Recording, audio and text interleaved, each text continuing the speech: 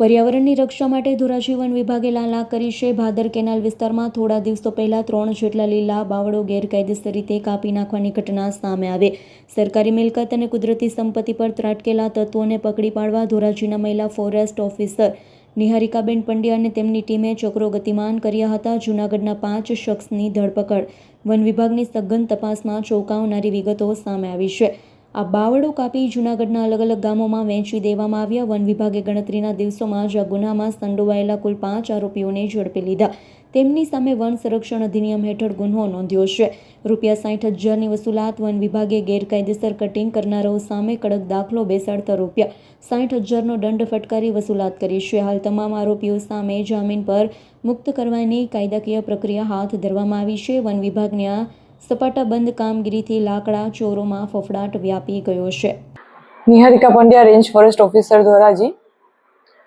આજથી 1 વીક પહેલા ધોરાજીની ભાદર જે મેઇન કેનાલ છે તે વિસ્તારમાં હું તથા અમારો સ્ટાફ પેટ્રોલિંગમાં હતો ત્યારે 3 જેટલા બાવળ કપાયેલા ધ્યાને આવતા આ બાબતની અમે તપાસ શરૂ કરેલ।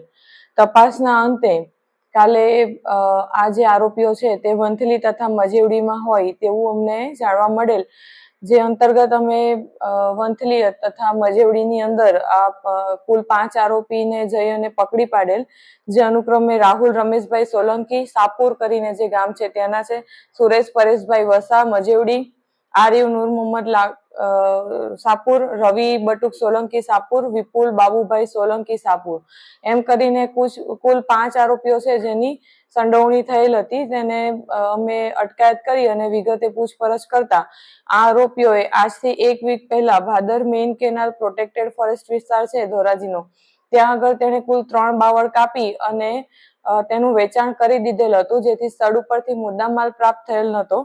આ જે 3 બાવળ કપાયેલા છે તે બાવળ એ લોકોએ ગેરકાયદેસર રીતે કાપેલ હોય તેને અમે લોકોએ ભારતીય વન અધિનિયમ 1927 હેઠળ ગેરકાયદેસર વૃક્ષ કપાણનો ગુનો નોંધી અને તેની પાસે એડવાન્સ રિકવરી પેટે 60,000 વસૂલ કરેલ છે તથા આરોપીઓને જામીન ઉપર હાલ પૂરતા મુક્ત કરેલ છે। વધુ તપાસ હજી ચાલુ છે। હાલ હવે જે બાવળો કપાતા હોય તેવા તત્વો પર હવે આગળની કાયદેસરની કાર્યવાહી કઈ રીતે કરવામાં આવશે?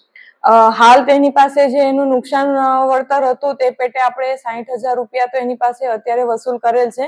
આ ઉપરાંત પણ એને વધારે ગુના કોઈ કર્યા છે કે અગાઉ પણ કોઈ ગુનામાં સંડોવાયેલ છે, આ બાબતની તપાસ કરવાથી હવે આગળ જો કોઈ બીજી મેટરમાં સંડોવાયેલ મળશે તો તેના ઉપર કડકમાં કડક કાર્યવાહી કરવામાં આવશે। અલ્પેશ ત્રિવેદીનો રિપોર્ટ, S9 ન્યૂઝ, ધોરાજી। અમારી તમામ માહિતીથી અપડેટ રહેવા માટે જોડાયેલા રહો S9 ન્યૂઝ સાથે।